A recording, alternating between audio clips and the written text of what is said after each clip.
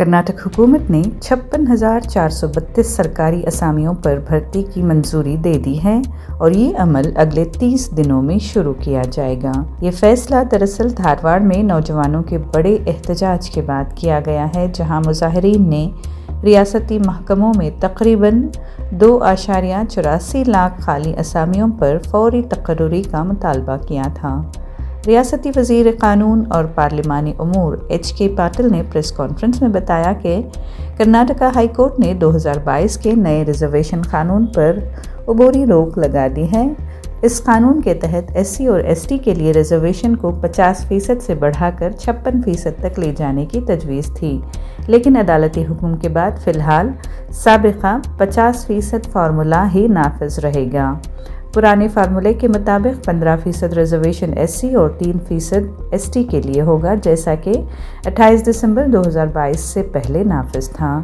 वज़ीर ने यह भी वाज़ेह किया है कि अगर अदालत नए कानून को बरकरार रखती है तो मुस्तक़बिल में रिजर्वेशन को 17% SC और 7% ST तक बढ़ाया जा सकता है, लेकिन मौजूदा भर्तियां 50% की आईनी हद के अंदर ही की जाएंगी।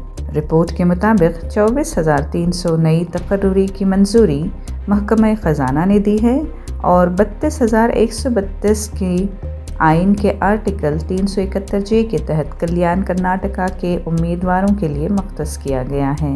ये फ़ैसला हुकूमत की ऐसी कोशिश है जिसमें वो शदीद एहतजाज, अदालत का हुक्म और आइन के अहकाम को नज़र में रख कर रही है। ನಿನ್ನೆ ರಾಜ್ಯ ಸಚಿವ ಸಂಪುಟದಲ್ಲಿ «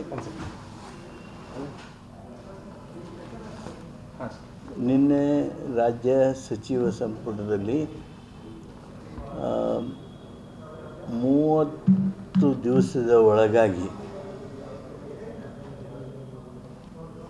56,432 ಖಾಲಿ ಹುದ್ದೆಗಳನ್ನು ಭರ್ತಿ ಮಾಡೋದಕ್ಕೆ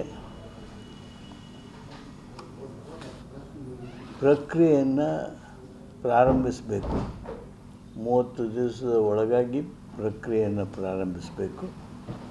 ಅಗತ್ಯವಿರತಕ್ಕಂಥ ಎಲ್ಲ ಕ್ರಮಗಳನ್ನು ತೆಗೆದುಕೊಂಡು ಬೇಗ ಉದ್ಯೋಗಾರ್ಥಿಗಳಿಗೆ